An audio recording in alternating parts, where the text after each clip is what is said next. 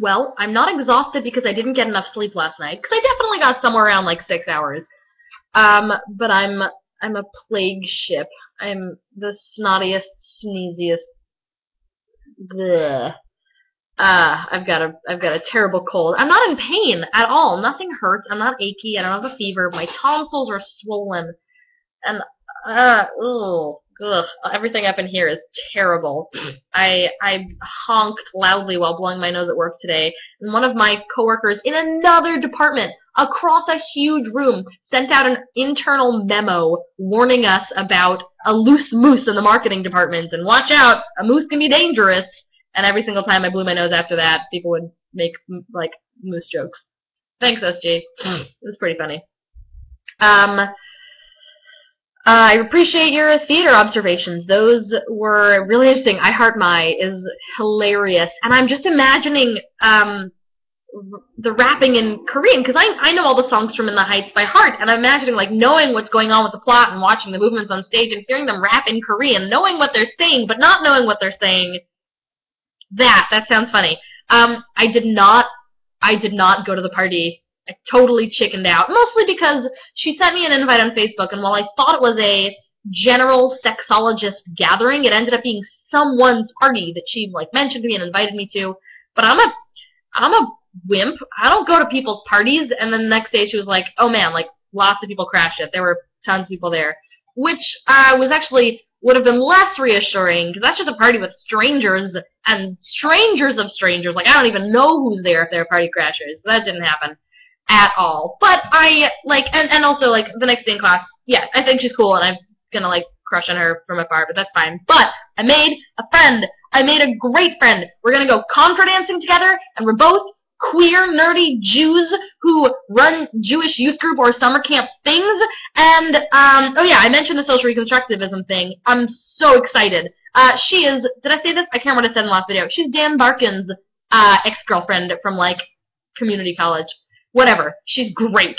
And I'm gonna hang out with a partner of hers at GKE. She's great. Friends. Yay!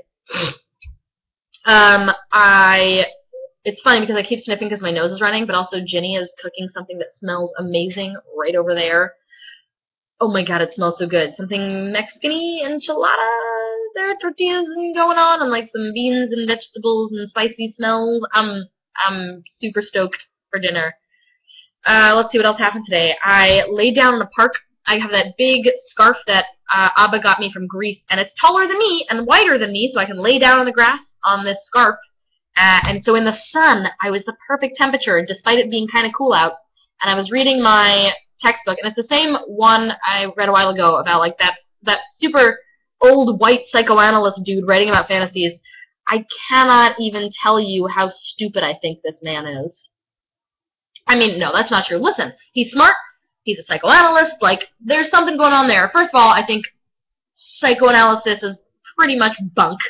Not actually. Like, listen, I know it has value. Damn it. The problem with grad school is I can't just hate things. I have to give them credit in my head. That's what I have to do now.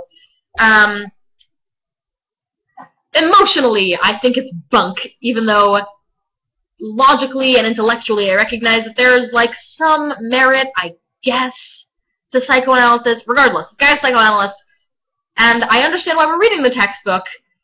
We're reading the textbook for the content, not for his analysis of the content. But goodness gracious, is his analysis bananas. Whatever.